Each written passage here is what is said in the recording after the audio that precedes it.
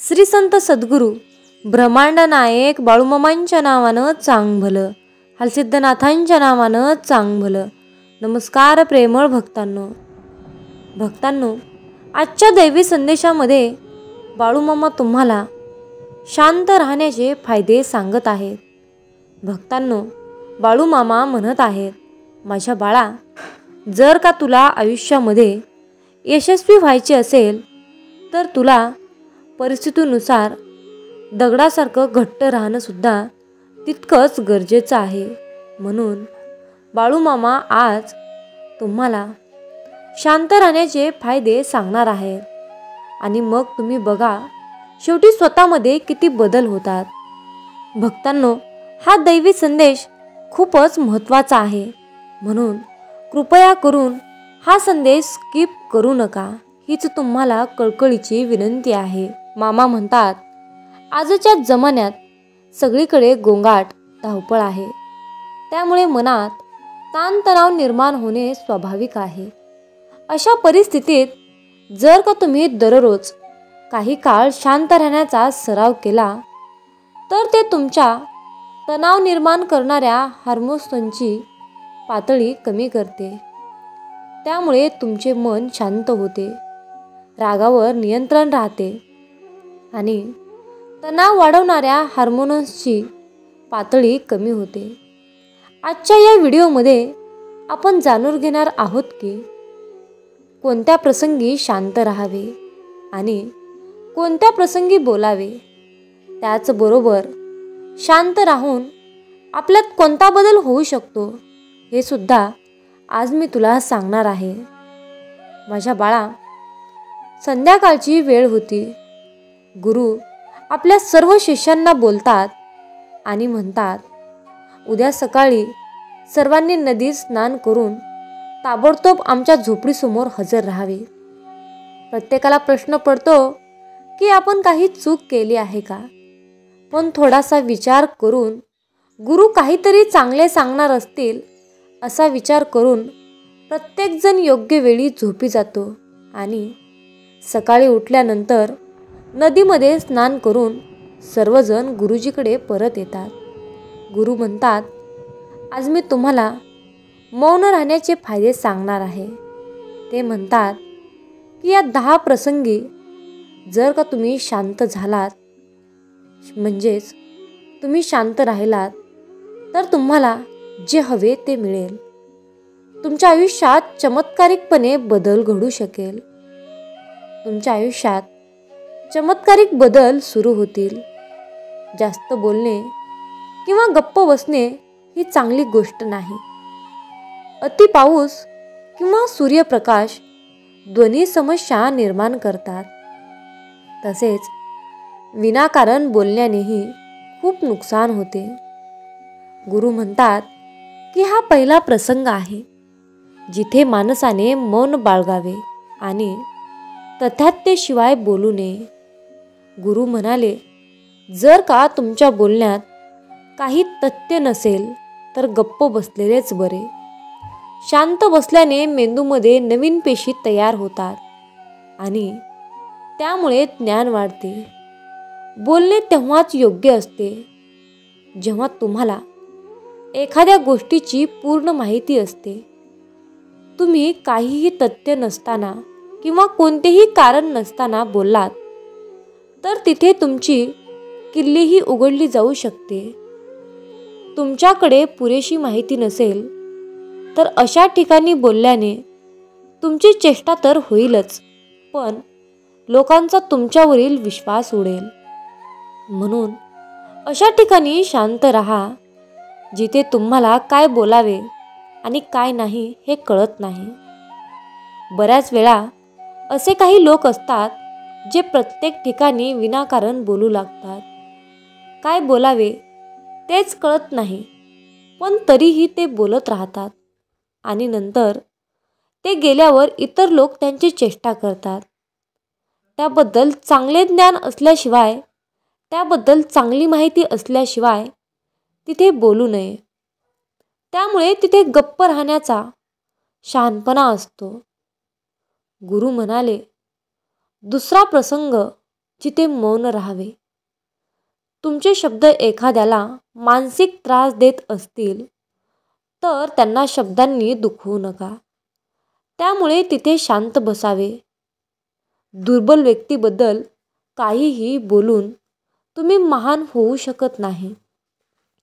कमकुवत व्यक्तीला साथ देण्यात तुम्ही महान व्हाल. अनेक वेळा असे घडते की काही लोक आपल्याला लहान असलेल्या व्यक्तीबद्दल वाईट बोलत राहतात. समोरची व्यक्ती तुमच्यापेक्षा खालच्या पदावर आहे. तो तुला काही बोलणार नाही, पण नेहमी तुम्ही त्याच्या डोळ्यात खुपत राहाल. हे शक्य आहे की उद्या तो देखील तुमच्यापेक्षा उच्च पदावर जाऊ शकतो. जेव्हा तो तुमच्यापेक्षा वरच्या पदावर जाईल तेव्हा तो नक्कीच त्याची परतफेड करेल. एखाद्याचा अपमान करून तुम्ही महान होऊ शकत नाही. जर का तुम्हाला महान व्हायचे असेल तर तुम्ही तुमच्यापेक्षा लहान लोकांचा आदर करायला शिकले पाहिजे आणि त्याच वेळी मोठ्या लोकांचाही आदर करायला हवा. लोकांना असे वाटते की जर ते उद्धटपणे बोलले आणि समोरच्या व्यक्तीला खाली आणण्याचा प्रयत्न केला तर ते मोठे होतील. तर ही चुकीची गोष्ट आहे. तुम्ही मोठे होण्याऐवजी त्यांच्या नजरेत पडत राहाल. गुरु पुढे म्हणाले, म्हणून शिष्यांनो, जेव्हा बोलता तेव्हा आदराने बोला, जेणेकरून लोकांना तुमचे म्हणणे आवडेल. बोलताना भाऊ, ताई, काका, मित्रा अशा प्रकारचे शब्द वापरा. यामुळे तुमची प्रतिष्ठा नक्कीच वाढेल आणि तुम्ही लोकांच्या नजरेत एक समजदार व्यक्ती व्हाल. त्यानंतर गुरु पुढे म्हणाले, तिसरा प्रसंग जिथे व्यक्तीने गप्प राहणे चांगले आहे. जेव्हा तुमच्या जवळची किंवा तुमच्या आसपासची व्यक्ती तुमच्यावर रागवते किंवा तुमचा अपमान करत असते तेव्हा तुम्ही गप्प राहावे, जेणेकरून समोरच्या व्यक्तीचा फुगा पूर्णपणे फुटावा. जर तुम्ही बरोबर असाल तर त्यांची अजिबात माफी मागू नका आणि गप्प राहा आणि योग्य वेळेची वाट पहा. तो स्वतः तुमची माफी मागेल जेव्हा त्याला त्याची चूक कळेल. गुरु पुढे म्हणतात की जर तुमचा एखादा नातेवाईक तुमच्यावर रागवला असेल आणि त्यावेळी तुम्ही शांत असाल तर ते आदराचे लक्षण आहे. यावेळी कोणीही लहान किंवा मोठा नाही. जर का तुम्हाला राग येत असेल तर तुम्ही कोणाचाही अनादर न करता तेथून निघून जाऊ शकता किंवा गप्प राहा. राग व्यक्त केल्याने आपले नाते बिघडू शकते. तुम्ही रागवल्याने राग करणाऱ्या व्यक्तीचेच नुकसान होते. गुरु पुढे सांगतात की एकदा एक साप जंगलातून पळून एका राजाच्या घरी पोहोचला. लोक त्याला पकडण्याचा खूप प्रयत्न करत होते. तेव्हा तो साप खूप संतापतो आणि स्वतः घरात पडलेला एका तलवारीला गुंडाळण्यास सुरुवात करतो. त्यामुळे हळूहळू त्याचे संपूर्ण शरीर कापले जाते. त्याचप्रमाणे आपला रागही तलवारीप्रमाणे आपल्या शरीराला कापत राहतो. रागाचा शेवट ध्यानाने होतो. जर तुम्ही दररोज ध्यानाला बसलात तर तुमचा राग तुमच्या नियंत्रणात राहील. गुरु पुढे म्हणतात की हाच मार्ग आहे. तू दररोज ध्यानाचा सराव कर. यामुळे राग वाढवणारे शरीरातील सर्व प्रकारचे हार्मोन्स तुमच्या नियंत्रणात राहतील, ज्यामुळे शरीर सहज रागावर नियंत्रण ठेवेल. पण एक मार्ग असाही आहे, जेव्हा तुम्हाला राग येतो तेव्हा तुम्ही समजून घेण्याचा प्रयत्न करता की माझा राग योग्य आहे का नाही, तिथे बोलायचे की नाही. जेव्हा तुम्ही स्वतःचे आकलन करू शकाल तेव्हा तुम्हाला कळेल की आपल्याला राग यायला हवा की नाही. तरीही तुम्हाला राग येत असेल तर तिथून दूर निघून जाण्याचा प्रयत्न करा. तिथून निघून जा. तुमचे मन शांत होईल. गुरु म्हणाले, चौथा प्रसंग जिथे तुम्हाला शांत राहायचे आहे. जिथे माणसाने अत्यंत हुशारीने वागले पाहिजे तिथे तुम्ही गप्प बसले पाहिजे. जिथे तुमचा त्या मुद्द्याशी संबंध नाही, जर तुमचा कोणत्याही समस्येशी संबंध नसेल, तर तिथे गप्प बसणे आवश्यक आहे. आणि तुम्ही विनाकारण दुसऱ्यांच्या मुद्द्यावर बोललात तर समोरच्याचा तुमच्यावर विश्वास राहणार नाही. यात फक्त आणि फक्त तुमचं नुकसान आहे. दोन लोकांच्या वादात अडकून राहू नका. जर समोरची व्यक्ती तुम्हाला त्याचा वाद मिटवण्यासाठी बोलावत असेल तर तिथे जा. जोपर्यंत ती व्यक्ती तुम्हाला बोलवत नाही तोपर्यंत एखाद्याच्या वैयक्तिक आयुष्यात किंवा वादात हस्तक्षेप करू नये. म्हणूनच मामा सांगतात, माझ्या बाळा, आयुष्यामध्ये नेहमी शांत राहा, संयम ठेवा, धीर धरा. शेवटच्या मिनिटातील चमत्कारावर तुमचा विश्वास आहे का? सज्ज व्हा. लवकरच तुमच्याशी सामना होणार आहे. मी परत परत चमत्कार करून तुम्हाला आशीर्वाद देणार आहे. प्रत्येक दिवशी तुम्हाला निर्णय घ्यावा लागतो. तुम्ही सोडून देऊ शकाल किंवा जो तुमचा निर्णय आहे तो तुम्ही सोडून देऊ नका, की तुमचे सर्वच प्रयत्न करा. मामा तुमच्या पाठीशी असल्याने तुमचा विजय उशिरा का होईना होईल, पण तुमचा विजय होईल हे निश्चित आहे. अशा प्रकारे तुमच्या मनाला ठाम सांगा. मामा म्हणतात, माझ्या बाळा, तुमचे मित्र तुमची बदनामी करत आहेत. ते तुमचा मत्सर करतात. मी तुम्हाला उंचीवर पोहोचवतो. त्यांच्याशी जास्त बोलू नका. स्वतःला मर्यादित करा. ते बनावट आहेत. जर तुम्हाला नोकरी मिळाली तर त्यांना अधिक ईर्ष्या मिळेल. तुमचे मामा म्हणजे तुमचा एकमेव मित्र आहे, हे लक्षात ठेवा. आणि तुझी प्रत्येक समस्या मला सांग, कारण मी तुझा मित्र आहे.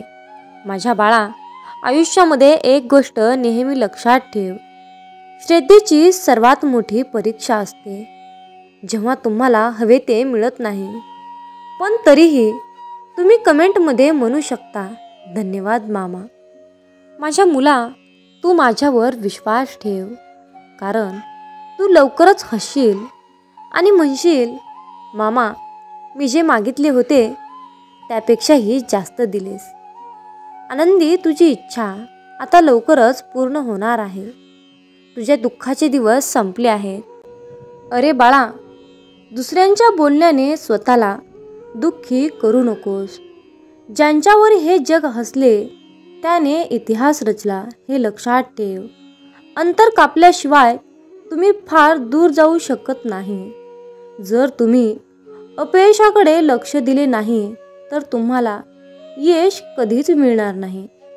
मामा म्हणतात, जर का आपली दृष्टी बदलली तर दृष्टिकोन सुद्धा बदलतात. विचार बदलला तर तारे सुद्धा बदलतात. बोटी बदलण्याची गरज नाही. दिशा बदलली तर किनारा आपोआप बदलतो. तुम्ही पडून उठता ही महानता नाही. महानता म्हणजे तुम्ही पडता आणि पुन्हा पुन्हा उठता. काहीही अशक्य नाही. तुम्ही जे काही विचार करू शकता ते सर्व काही शक्य आहे. फक्त तुमच्या प्रयत्नात कमी आहे. प्रयत्न करा, मार्ग, रस्ता नक्कीच सापडेल. मामा म्हणतात, अरे बाळा, तुझ्या आयुष्यामध्ये माझे किती महत्त्व आहे हे जर तुला आज मला दाखवून द्यायचे असेल तर माझ्या बाळा, माझ्यासाठी तुला आज थोडासा वेळ द्यावा लागेल. तुला दाखवावे लागेल की तू माझ्यावर किती प्रेम करतो. त्यासाठी तुला हा संदेश शेवटपर्यंत ऐकावा लागेल. अरे मुला, प्रत्येक वेळी मी तुझ्या डोळ्यात पाहतो तेव्हा तुझ्या डोळ्यात माझ्याबद्दल प्रेम आणि आशेने भरलेले जग दिसते. मी पाहतो आहे, मी ब्रह्मांड नायक आहे. तू किती विश्वासाने माझ्याजवळ येतोस, किती विश्वासाने माझ्याकडे प्रार्थना करतोस.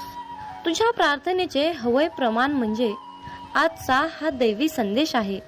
त्यामुळे काही करून तुला हा दैवी संदेश शेवटपर्यंत ऐकावाच लागेल. तरच तुला तुझ्या सर्व प्रार्थनेचे फळ मिळेल. अरे बाळा, मी तुझी चमत्कारासाठी निवड केली आहे. तुझे जीवन पुढील स्तरावर जाणार आहे. मुला, तू गाढ झोपेत असतानाही मी तुझ्यासाठी एक छान योजना आखून ठेवली आहे, जी सकाळी उठल्यावर तुम्हाला आनंदी करून तुमच्या नवीन आयुष्याची सुरुवात आता होणार आहे. मी तुमच्यावर आशीर्वाद, उपचार, प्रेम, समाधान, सुख, समृद्धी, आनंद, ऐश्वर्य आणि खूप मोठा आशीर्वादाचा खजिना तुमच्या दिशेने पाठवला आहे.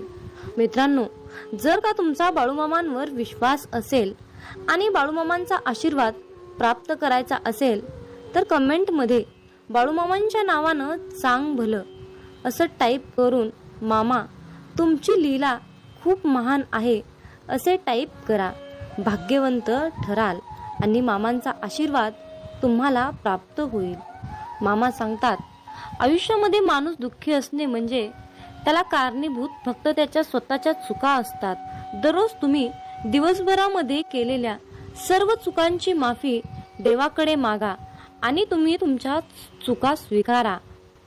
परमेश्वरासमोर स्वतःला नम्र करा, तो नक्कीच तुम्हाला उंच करेल.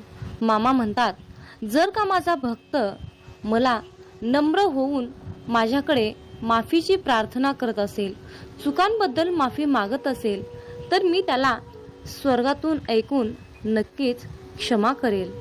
मामा सांगतात, हवेतील पक्षाकडे पहा, ते पेरत नाहीत, कापणी करत नाहीत किंवा धान्य कोठोरामध्ये साठवत नाहीत, तरीही आपण त्यांना खायला देतो. मग तुम्ही त्या पक्ष्यांपेक्षाही जास्त मौल्यवान नाहीत का? चिंता करणे सोडून द्या. उद्या काय होईल, उद्या कसे होईल, माझे काय होईल, माझे कसे होईल, अशी चिंता सोडून द्या. उद्याचा दिवस तुम्ही पाहिलेला नाही किंवा उद्याचा दिवस कोणीच पाहिलेला नाही. त्यामुळे उद्या भविष्यात काय घडणार आहे ते कोणालाच माहीत नसते. म्हणून आजचा दिवस आनंदी जगा. उद्याचा विचार करू नका. तुम्ही तुमचे प्रामाणिक प्रयत्न करत राहा. सर्व काही तुमच्या चिंता त्या परमेश्वरावर सोडून द्या. तो परमपिता परमात्मा जे काही करणार आहे ते चांगल्यासाठीच करणार आहे हे लक्षात असू द्या. मित्रांनो, त्या भगवंताने एवढं मोठं सुंदर आयुष्य आपल्याला बहाल केलं आहे.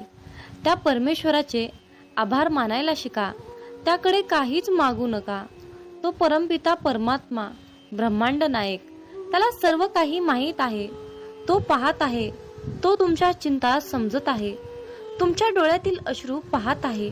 तुमच्या प्रार्थना ऐकत आहे. म्हणून फक्त तुम्ही तुमच्या चिंता सोडून देऊन तुम्ही तुमचे आयुष्य चिंतामुक्त जगा. बघा, तुम्हाला जीवनाची नवीन दिशा नक्कीच मिळेल. म्हणूनच मामा म्हणतात, मला उगम नव्हता, मला अंत नाही. मला उगम नव्हता, मला अंत नाही. मी त्रिलोक्याचा स्वामी, नुसताच संत नाही. मी त्रिलोक्याचा स्वामी, नुसताच संत नाही. हे ब्रह्मांडही थरथरते पाहून आपल्या मामांना. हे ब्रह्मांडही थरथरते पाहून आपल्या मामांना. मग काळाची तरी हिंमत आहे का जवळ यायला? मग काळाची तरी हिंमत आहे का जवळ यायला? मामा आज तुम्हाला सांगत आहेत, अरे बाळा, तू आयुष्यामध्ये नक्कीच यशस्वी होशील. फक्त तू चिंता करू नकोस आणि माझ्यावर पूर्णपणे विश्वास ठेव, अटळ विश्वास ठेव. अरे बाळा, तुझे जीवन तू चिंता करून व्यर्थ घालू नकोस. मी तुला चॅम्पियन बनवले आहे. कारण बाळा, तू माझे बाळ आहेस आणि मी तुझ्यावर प्रेम करतो. तुम्ही आयुष्यात किती पुढे आला आहात याचे कौतुक करण्यासाठी थोडा वेळ द्या. तुम्ही खूप अंतर पार केले आहे आणि असाच प्रयत्न करत राहिलात तर तुमच्या आयुष्यातील कठीण आव्हाने तुम्हाला सोपी होऊन जातील.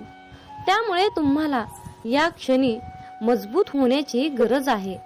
मामा सांगतात, आयुष्यामध्ये जिथे तुमची कदर नाही तिथे कधीही जायचं नाही. जिथे तुमचा आदर केला जात नाही त्या ठिकाणी भरकटायचं नाही. जे लोक तुमचा आदर करत नाहीत, आपणही त्या लोकांची कदर करायची नाही. कारण स्वतःची किंमत वाढवण्याचा प्रयत्न करा. मित्रांनो, आपल्या प्रत्येकालाच वाटत असते की आपण मामांची सेवा करतो, भक्ती करतो. मामांनी आयुष्यामध्ये एकदा तरी आपल्या घरी यावं, आपल्याला दर्शन द्यावं असं आपल्याला प्रत्येकालाच वाटत असतं. परंतु मित्रांनो, यावर बाळू मामा काय म्हणतात हे लक्षपूर्वक ऐका. मामा म्हणतात, अरे बाळा, मी तुझ्या घरी तुला दर्शन द्यायला कोणत्याही रूपामध्ये येऊ शकतो. जर का तू मुक्या प्राण्यामध्ये मला बघत नसशील, गोरगरिबामध्ये मी तुला दिसत नसेल, आंधळ्या पांगळ्यामध्ये मी तुला दिसत नसेल, लहान बाळामध्ये मी तुला दिसत नसेल, मुक्या प्राण्यामध्ये मी तुला दिसत नसेल, मुक्या पक्षामध्ये मी तुला दिसत नसेल, तर माझ्या बाळा, आयुष्यामध्ये मी तुला कधीच भेटणार नाही. जर तुला माझं दर्शन घ्यायचं असेल तर तू गोरगरिबांची सेवा कर, मुक्या प्राण्यांची सेवा कर, अन्नदान कर. दान हे सर्वश्रेष्ठ आहे. त्यामुळे आयुष्यामध्ये दान करायला शिक. जर तू मी आज सांगितलेल्या कृती केल्यास तर मी तुला आयुष्यामध्ये एकदा तरी नक्कीच भेटेल आणि माझा आशीर्वाद सदैव तुझ्या पाठीशी नक्कीच असेल. यापेक्षा तुला दुसरे पुण्य कमवण्याची किंवा कसल्याही प्रकारची सेवा करण्याची मुळीच गरज नाही. मामा म्हणतात, अरे बाळा, आज हा संदेश ऐकल्यानंतर तुझ्या जीवनात असे काही चमत्कार घडतील की ते चमत्कार पाहून तू आश्चर्यचकित होशील. जर जीवनात तुम्ही शांत राहणं आणि माफ करणं शिकाल तर तुम्हाला डोंगर सुद्धा स्वतः रस्ता बनवून देईल.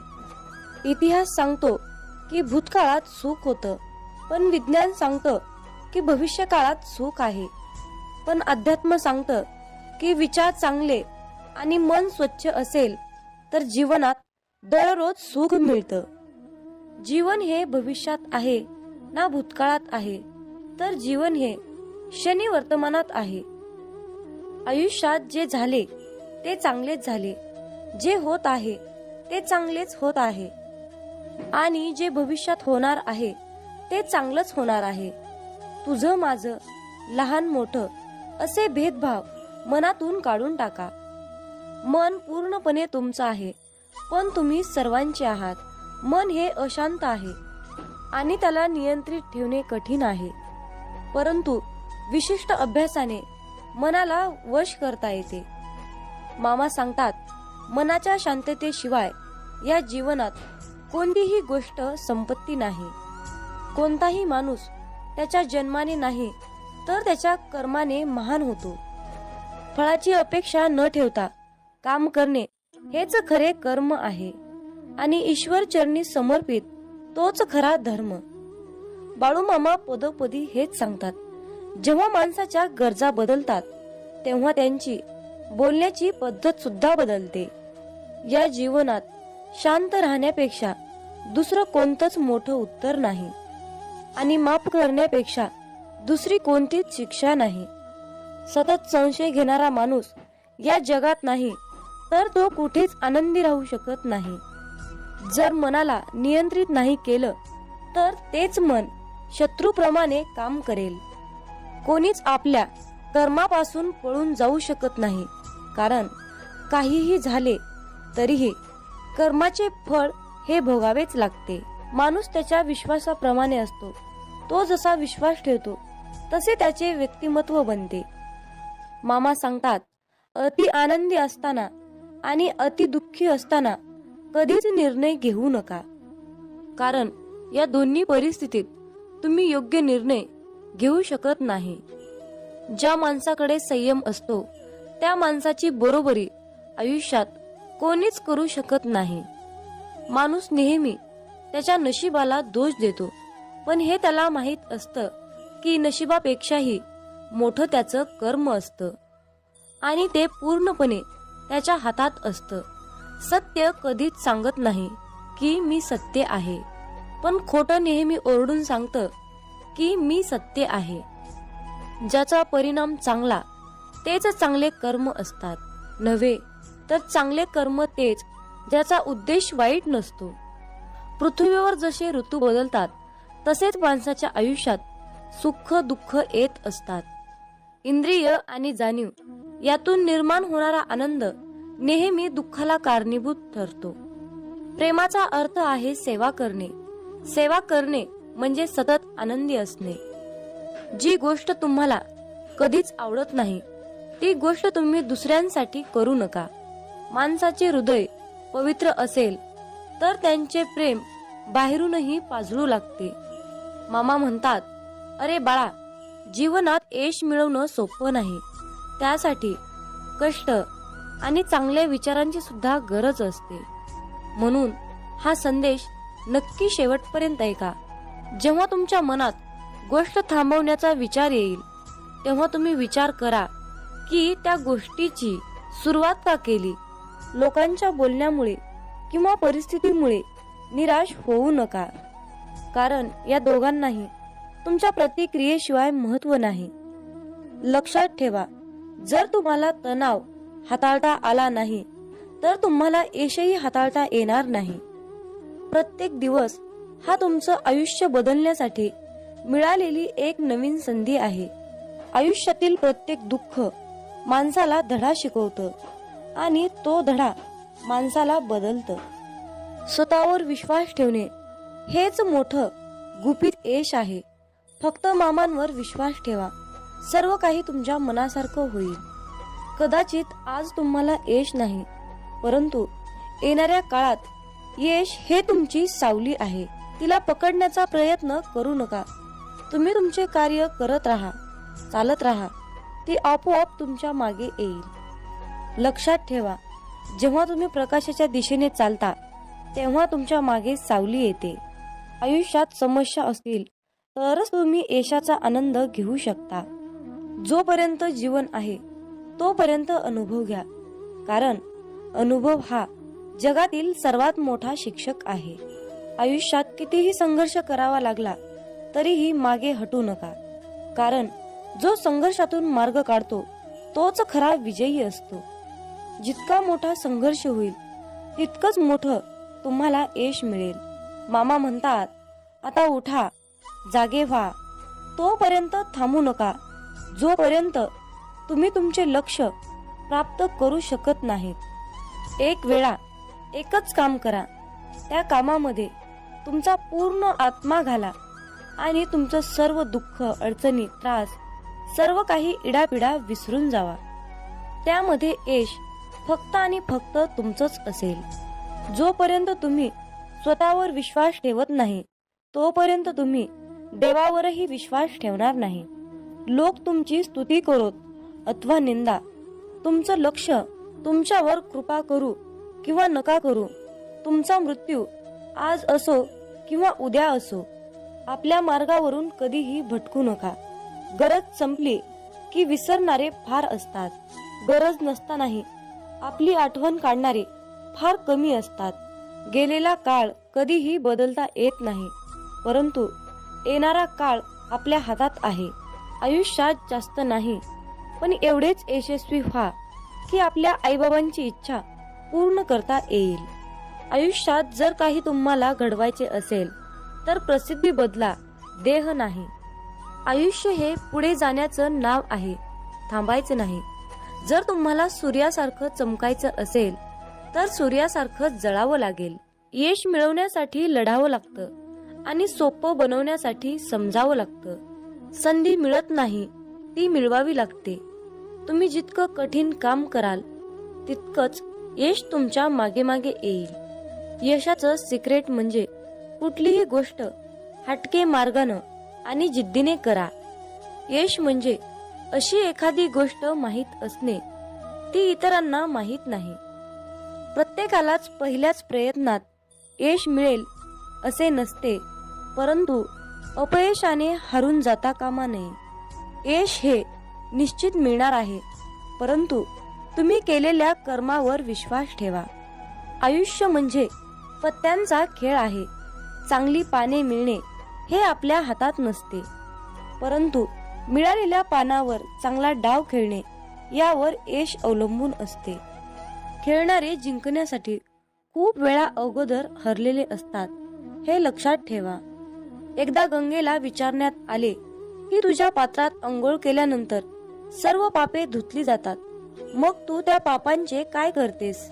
ती म्हणाली की मी समुद्रात नेऊन टाकते. समुद्राला विचारण्यात आले की तू या सर्व पापांचे काय करतोस? की समुद्र म्हणाला, मी ती सर्व पापे ढगात नेऊन टाकतो. ढगाला विचारण्यात आले की तू या सर्व पापांचे काय करतोस? ढग म्हणाला, ती सर्व पापे मी पावसाच्या स्वरूपात त्यांच्या घरावर नेऊन टाकतो. लक्षात ठेवा, कालचक्र असेच आहे. तुम्ही जे करणार तेच तुम्हाला परत मिळणार. भगवंत जसा ठेवेल तसेच राहण्याचा प्रयत्न करा. समाधानी राहा. ठेविले अनंत तैसेची, राहावे चित्ती, असू द्यावे समाधान. जय बाळूमामा. मित्रांनो, खूप जणांना असा प्रश्न पडतो की आम्ही मांसाहार करतो, तर आम्ही बाळूमामांची सेवा करावी की करू नये? त्याचबरोबर मांसाहार केल्यावर इतर देवतांची सेवा करावी की नाही? मांसाहार करायचं नाही असं म्हटलं तरीही तो अडथळा बनून मध्येच येतो. अशा प्रकारच्या विचारांचं आपल्या मनामध्ये वादळ निर्माण होतं. तर पण मांसाहार करून बाळूमामांची सेवा कशी करायची? मी मांसाहार करत नाही, परंतु घरातील सर्वच कुटुंब मांसाहार करतात. पण त्या दिवशी मी बाळूमामांची सेवा करू शकतो की नाही? मांसाहार केल्या दिवशी सेवा करावी की नाही? कशी करावी? कोणते नियम पाळावे? अशा प्रकारचे प्रश्न आपल्या मनामध्ये गोंधळ घालतात. आणि मग अशा विचारातून सेवेमध्ये मन लागणं खूप कठीण असतं. त्यामुळे तुमच्या मनात असलेल्या सर्व प्रश्नाची उत्तरे आज आपण पाहणार आहोत. आपल्या सर्वांची इच्छा असते की बाळूमामांची सेवा मी करावी, परंतु मांसाहार या कारणामुळे आपल्या मनामध्ये नकारात्मकता वाढण्याचं काम करते. एकीकडे आपल्याला वाटतं की आज आपण बाळूमामांची सेवा करावी, पण दुसरीकडे आपण मांसाहार केलेला असतो. आपलं मन, आपलं अंतःकरण अशुद्ध असतं. पण जेव्हा आपण शुद्ध शाकाहारी अन्न ग्रहण करतो, तेव्हा आपल्या मनामध्ये कुठलेही नकारात्मक विचार आपल्या मनात येत नाहीत. पण जेव्हा तुम्ही मांसाहार अन्न ग्रहण करता, तेव्हा तुम्ही स्वतःला अशुद्धरित्या अयोग्य समजता. आणि तेव्हा आपल्या देवतांची, आपल्या बाळूमामांची सेवा करणे अयोग्यच असते. ज्या दिवशी घरामध्ये मांसाहार जेवण बनलेले असते, त्या दिवशी घरात दररोजच्या सारखे प्रसन्न वातावरण नसते. घरामध्ये अशांतता वाटते. जर तुम्ही त्याकडे अतिशय बारकाईने लक्ष दिले तर तुम्हाला त्याचा अनुभव येईल. मांसाहार हा बाळूमामांच्या सेवेतील अडथळा बनू शकतो. त्यासाठी त्यावर एक उपाय आहे. ज्या दिवशी तुम्ही मांसाहार अन्न ग्रहण केले आहे, त्या दिवशी तुम्ही बाळूमामांची सेवा न केलेलीच बरी. त्या दिवशी बाळूमामांची सेवा कसल्याही प्रकारे करू नका. पण एक गोष्ट लक्षात ठेवा, ज्या दिवशी तुम्ही मांसाहार केला आहात, तो दिवस तुमचा बाळूमामांच्या नामस्मरणाशिवाय व्यर्थ गेला आहे असे समजा. कारण एका ग्रंथात लिहिले आहे, ज्या दिवशी पुण्य घडले नाही, तो दिवस गेला वाया. तया येमाशी करुणया नाही करावे पुण्य तात्काळ. या वाक्याचा अर्थ असा आहे, ज्या दिवशी आपल्या हातून पुण्य घडणार नाही, तो दिवस आपला वाया गेला आहे असे समजावे. परंतु त्या येमाला दया नसते, म्हणून तात्काळ पुण्य करावे लागते. परंतु या मांसाहारामुळे आपला एक दिवस मात्र व्यर्थ गेला, हे मात्र निश्चित आहे. हे सर्व प्रश्न तुमच्या मनातील झाले. पण तुम्ही तुमच्या स्वतःच्या मनाला प्रश्न विचारा की मी मांसाहार करतो, हे बाळूमामांना आवडत असेल की नाही, याचे उत्तर तुम्ही शोधण्याचा प्रयत्न करा. ही माहिती अनेक माध्यमातून एकत्रित केलेली आहे, त्यामुळे कुणीही याचा संबंध अंधश्रद्धेशी जोडू नका, हीच विनंती आहे. मामांचे प्रेम समजण्यासाठी आपले मन पूर्णपणे शांत ठेवावे. जेव्हा आपले मन शांत असते, तेव्हा ते खूप शक्तिशाली असतात. मित्रांनो, मेंढी माऊली असं नाव मुखामध्ये घेतलं की पटकन आपल्या डोळ्यासमोर बाळूमामांची मूर्ती उभी राहते. श्री खंडेरायांचा अवतार मानण्यात येणाऱ्या श्री संत बाळूमामांचे अनेक भक्त आहेत. मामा सांगतात, नेहमी चांगले कर्म करत राहायचे, एक ना एक दिवस त्याचे फळ मिळणारच. जे बाळूमामांच्या सेवेमध्ये तल्लीन होऊन मामांची सेवा करतात, त्यांना बाळूमामा नेहमीच संकटातून तारतात. आयुष्यात कितीही संकटे आली तरीही बाळूमामांचे नामस्मरण केल्यानंतर आणि बाळूमामांनी जीवनाबद्दल सांगितलेले सार लक्षात घेतल्यानंतर नक्कीच जीवनाचे सार्थक होते. बाळूमामांची अगाध महिमा आणि त्यांनी त्यांच्या अवतारामध्ये केलेले कार्य हे अपार आहे. रोजच्या जीवनात आपण कसेही जगतो, पण आपल्या आयुष्यात काय बरोबर आहे आणि काय चुकीचे आहे हे पडताळणे अत्यंत महत्त्वाचे आहे.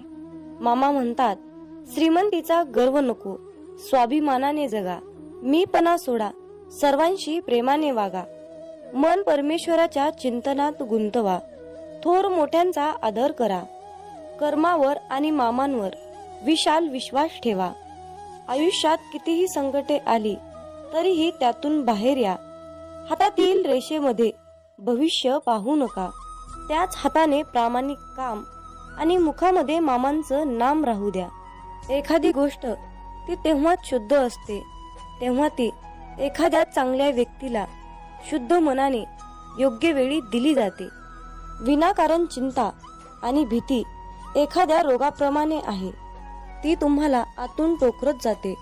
मामा म्हणतात, जीवन हे भविष्यात आहे ना भूतकाळात, तर जीवन हे क्षणी वर्तमानात आहे.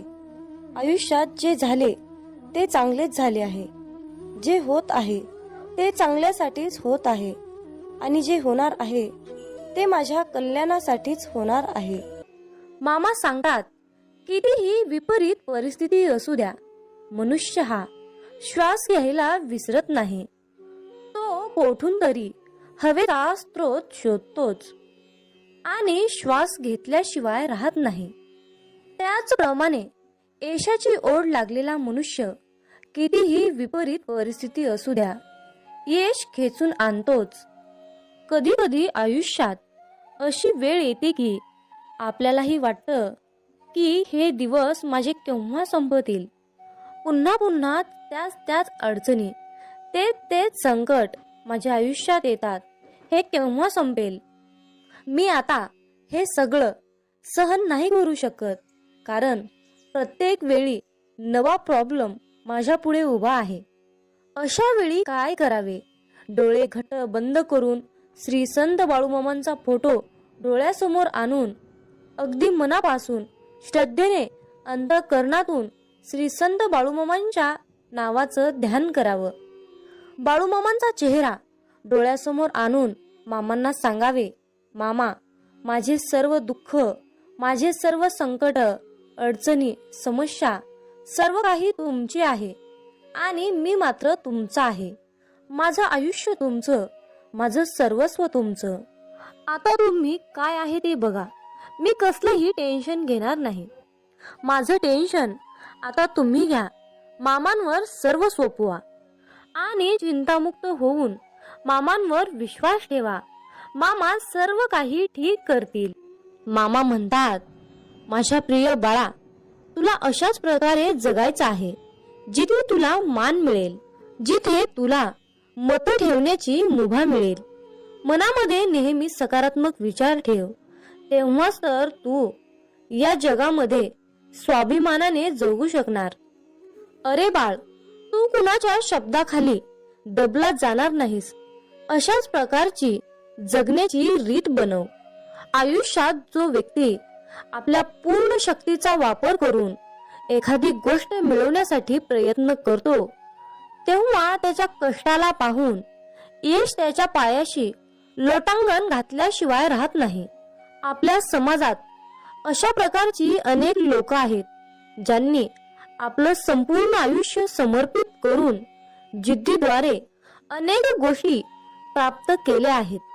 आयुष्याच्या प्रवासात लोक आपल्यावर टीका करणारच, अपमान करणारच, पण यात सर्वात महत्वाचं असतं म्हणजे या सर्व गोष्टींना मोटिवेशन बनवून सक्सेस मिळणं आणि न थांबता चालत राहणं. जो व्यक्ती या प्रसंगातून शिकून पुढे जातो तो आयुष्यात सक्सेसफुल होतो. जिथे प्रयत्नांची उंची मोठी असते तिथे नशिबालाही कमीपणा घ्यावा लागतो.